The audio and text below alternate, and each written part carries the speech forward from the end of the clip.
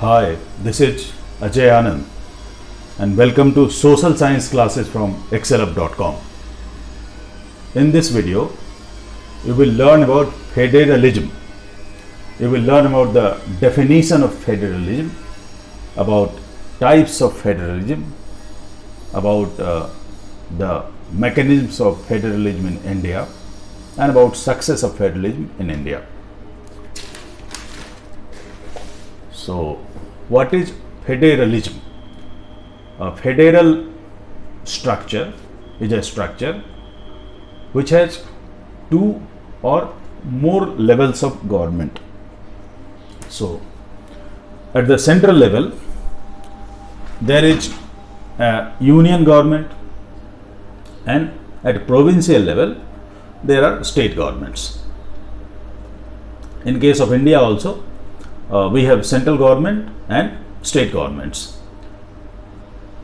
Then another feature of federalism is that different tiers of governments govern the same citizen. So, for example, say if a person is living in West Bengal, so then he'll be governed by the state government as well as by the central government. There is specified jurisdiction. So, the center has its own area of power and state government has its own area of jurisdiction. So, there is a clear-cut demarcation in most of the cases.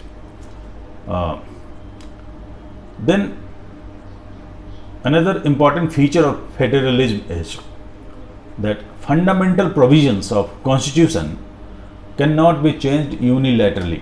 It needs to pass with absolute majority from the union government as well as at least 50% of the state governments. So, that is how the basic structure of federation is taken care of. Then there are courts which have the jurisdiction of resolving the conflict, if any, arises between state government and central government. Then there is a proper mechanism of revenue generation and revenue sharing between these units, and the federation, it promotes national unity and national integrity apart from taking care of the regional diversity. So, a federal structure is very important and it's the need, because in most of the countries the society is highly diverse. Now, what are the types of federalism? There are two types. The number one is called the coming together federation, and the number two is called the holding together federations. In the first case, the members of federation, they have come into the federation on their own. So, for example, in case of USA, when the United States of America was formed, there were 50 states, and all of them, they voluntarily made this union or association, and they came together to form a federation. The same holds true for Switzerland and Australia and some other countries. In case of holding together federations, there is a need of putting together a diverse set of social groups, communities, or maybe ethnicities, or maybe linguistic groups or religious groups, and that is how the holding together federation is formed. In case of coming together federations, the state governments are more powerful than central governments. In case of holding together federation, the center is more powerful than the states, and evolution of a particular type of federation depends on many historic causes in the context of which a particular federation has developed. Federation in India. In case of India, the state governments and union governments, they have their well-defined areas of jurisdiction. So, there is a union list, there is a state list, and a concurrent list. The union list comprises of subjects which are under direct control of the central government. So, for example, defense, foreign affairs, currency, banking, telecommunication, all of these, they come under the union list. The union government or the central government, it has the power to formulate laws and to implement laws on these subjects. The topics of state lists are police, trade, agriculture, irrigation. There are certain topics which are common for both the central government and the state government, and these topics, they come under the concurrent list. So education, forest, trade union, marriage, adoption, succession, etc., they come under concurrent list. So in case of a conflict, say suppose the state government, it makes a particular law on education, and the state central government, it also makes a law. So which law will prevail? So in this case, the law made by the union government, it will prevail over that of the state government. Then there is a residual list. When the constitution was written, there were certain topics on which nobody could come to agreement to put it in a particular list.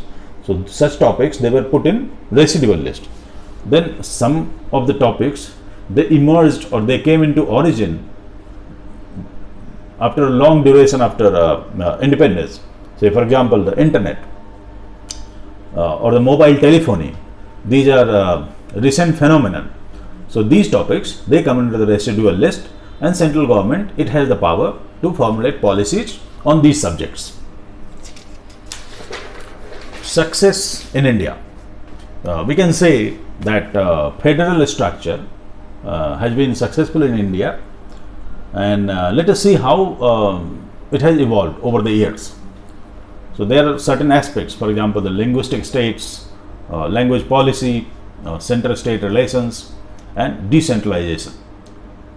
So when the country was formed in 1947, or rather it gained independence from colonial rule, there were 500 plus princely states, and they were left at their will to go to any dominion, whether they wanted to go to India or Pakistan, they were at their will. And it was a very difficult task, logistically or politically, to integrate all those princely states into the Union of India. So gradually the integration was done, and there were the states, number of states, it was fewer in number than what it is today. After 1950s or around 1960s, people of many states, they started demanding the formation of new states on the basis of language. So for example, the erstwhile Maharashtra, it had two major linguistic communities, that is Marathi speaking people and Gujarati speaking people. The Gujarati people, they demanded a separate state.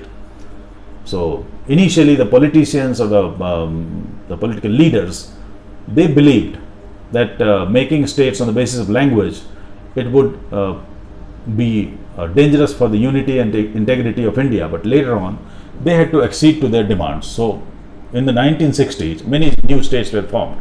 For example, Gujarat, it was carved out of Maharashtra.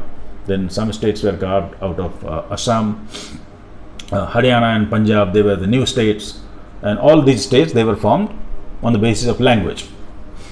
After that, a realization came that there were many states which were very large and which were diverse in terms of culture, in spite of having the same language. So more new states were formed. For example, Jharkhand and Uttarakhand or Chhattisgarh, they were formed because there was diversity in terms of culture, although the languages, they were same. For example, in Madhya Pradesh, the Chhattisgarh was carved out of Madhya Pradesh. The tribal areas, they formed the state of Chhattisgarh. Then there is the topic of language policy. Initially, the constitution makers or policy makers, they were of the belief that gradually the English, it needed to be phased out from India, and Hindi was to be made a national language. But because Hindi is spoken by less than 40% of the people in India, so it could not be imposed on non-Hindi speaking areas. So there were huge protests from non-Hindi states, and Hindi could not be made the national language. So right now, all languages, they are given equal respect, and English, it has become the official language pan-India. Center-state relations. Till the decade of 1980s, The Congress party, it had a monopoly over governance throughout India, barring a few states where non-Congress governments, they were in power. So the center was more powerful than states in those days.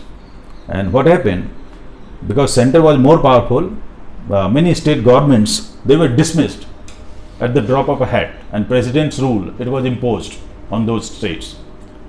But the politics evolved in a way that many regional satraps and regional parties, it grew in stature, and the decade of 1990s, it saw the era of coalition government, in which a major political party, a national level party, it had to make coalition along with state level parties to form a government at center. So this incidence, it showed that the democracy was being deepened and strengthened in our country. Then decentralization. India is a diverse country. It's a big country in terms of area, in terms of population, in terms of various social groups, castes, religion, languages, etc. So such a diverse and big country, it cannot be ruled with just 2 tiers of governance. So there was a need of another tier of governance. So a third tier was made, and it was called the Panchayati Raj system. Okay. So this was about local government. So there were many policies were formulated. So for example, regular elections for local bodies, they were made mandatory. Seats for the local bodies, they were reserved for SCs, STs, OBCs, that is scheduled castes, scheduled tribes, other backward classes. At least 1/3 seat for the local body was to be reserved for women. An independent state election commission was formed to conduct elections for local bodies in a particular state.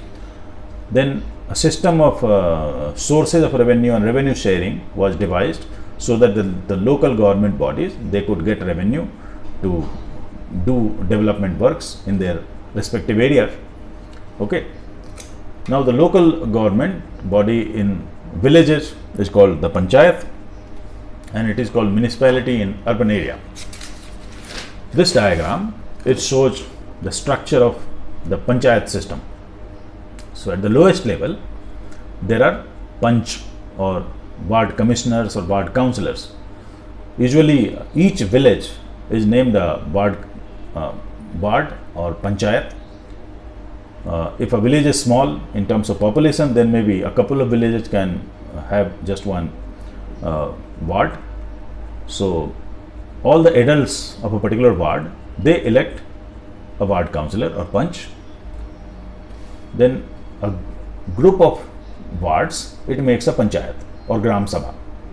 The Panches, they elect their head, and that person is called the Sarpanch or Mukhya or Pradhan in different states. All the members of Panchayat or Gram Sabha, they are elected members. Once the Panchayat is elected, the members of the Panchayat, they elect a Panchayat Samiti or Mandal or block. All the members of Panchayat Samiti, they are elected members, and they constitute these Sarpanches. Up above this tier, there is Jila Parishad.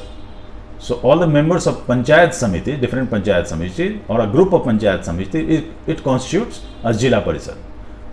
The members of Jila Parishad, there are elected members, then there are MPs, that is member of parliament, MLA, that is member of legislative assembly, and some government officials, they are also members of a Jila Parishad.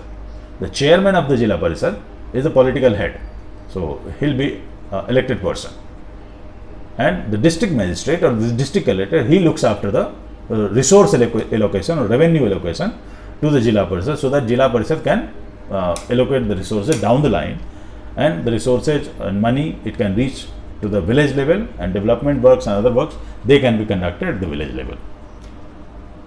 So to recapitulate, I talked about the definition and meaning of federalism, the types of federation, about the federal system in India, and how successful the federalism has been in India. And I talked about various tiers of governance up to the local government in case of India. So that's all for this lesson. Thank you.